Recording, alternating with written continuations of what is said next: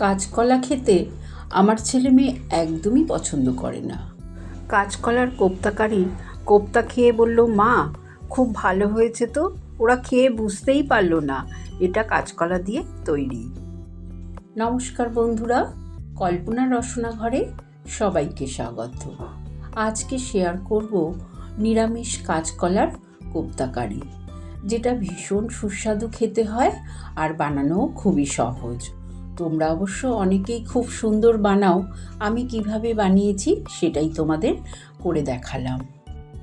দুটো কাঁচকলা খোসা সমেত নিয়েছি, একটা আলুও খোসা সমেত নিয়ে নুন জল দিয়ে প্রেসার কুকারে দুটো সিটি দিয়ে সেদ্ধ করে নিলাম।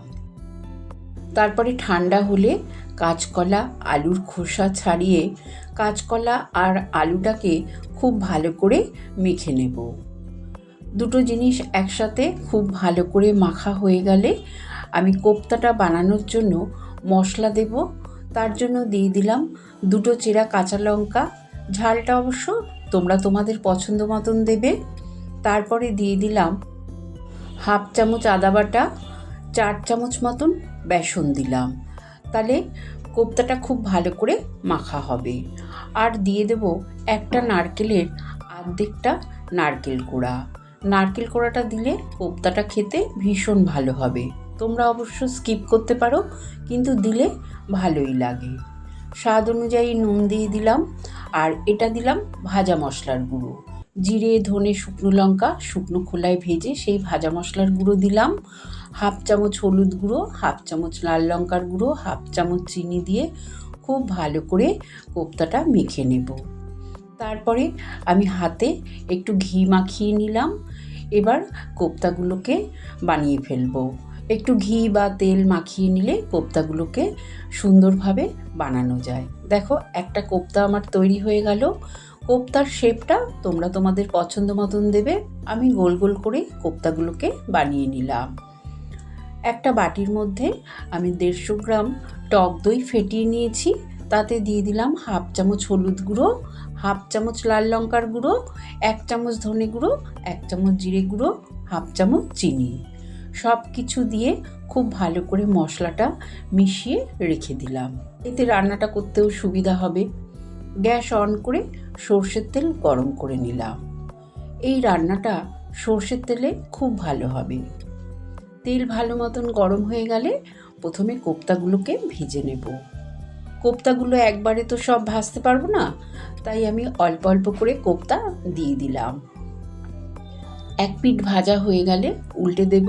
আর এই কোপ্তাগুলো যখন ভাজবে গ্যাসের ফ্লেমটা মিডিয়ামে করে দেবে, তাহলে দেখবে কোপ্তাগুলো সুন্দর ভাজা হবে। হাইতে করে ভাজলে না খুব তাড়াতাড়ি ওপরটা পুড়ে যাবে। তাই মিডিয়াম টু লো ফ্লেমে কোপ্তাগুলোর 2 পিঠ সুন্দর লাল লাল করে ভাজা হলে তুলে নিলাম।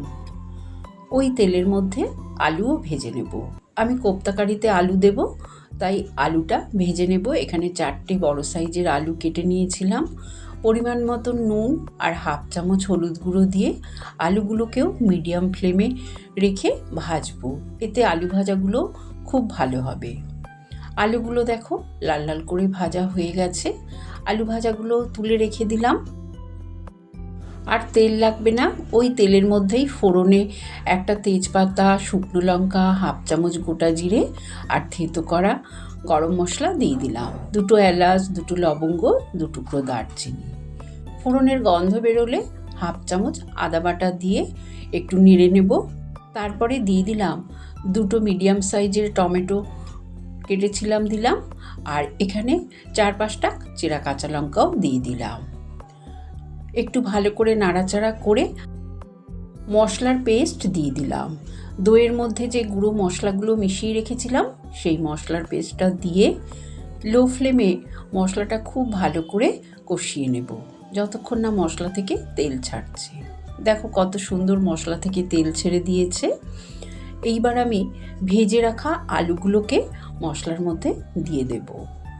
মশলার মধ্যে আলুগুলোকে দিয়ে স্বাদ অনুযায়ী এই সময় নুনও দিয়ে দিলাম।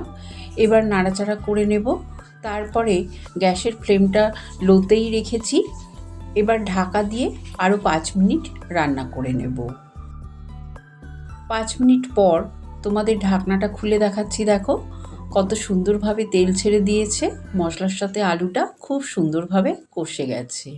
একটা আলু কেটে দেখিয়ে দিলাম, আলুটাও গলে গেছে। এবার দিয়ে দিলাম 1.5 গ্লাস মতন গরম জল, কারণ ঝোলটা একটু বেশি দিতে হবে। কোপ্তাগুলো যখন দেয়া হবে ঝোলটা তো টেনে নেবে, তাই আমি একটু বেশি করে জলটা দিলাম। তারপরে ঝোলটাকে ভালো করে ফুটিয়ে গ্যাসের ফ্লেমটা লোতে করে ঢাকা দিয়ে আরও 10 মিনিট ঝোলটাকে এইভাবে ফুটিয়ে নেব, কারণ কোপ্তাগুলো দেওয়ার পর বেশিক্ষণ আর রান্না করব না। এবার কোপ্তাগুলো দিয়ে দিলাম, দিয়ে গ্যাসের ফ্লেমটাকে হাইতে করে এই কোপ্তাগুলোকে ভালো করে ফুটিয়ে নেব।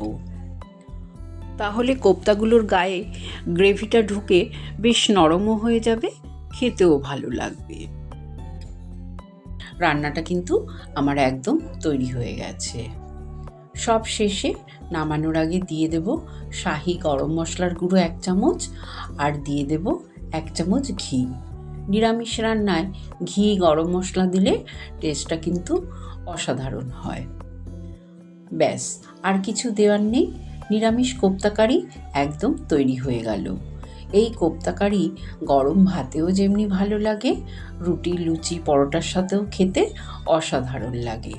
তোমরা এইভাবে একবার বাড়িতে ট্রাই করো আর আমাকে জানিও কেমন লাগলো। ভালো লাগলে চ্যানেলটাকে লাইক, শেয়ার করো। নতুন বন্ধু হলে সাবস্ক্রাইব করো। সুস্থ থেকো, ভালো থেকো। ধন্যবাদ।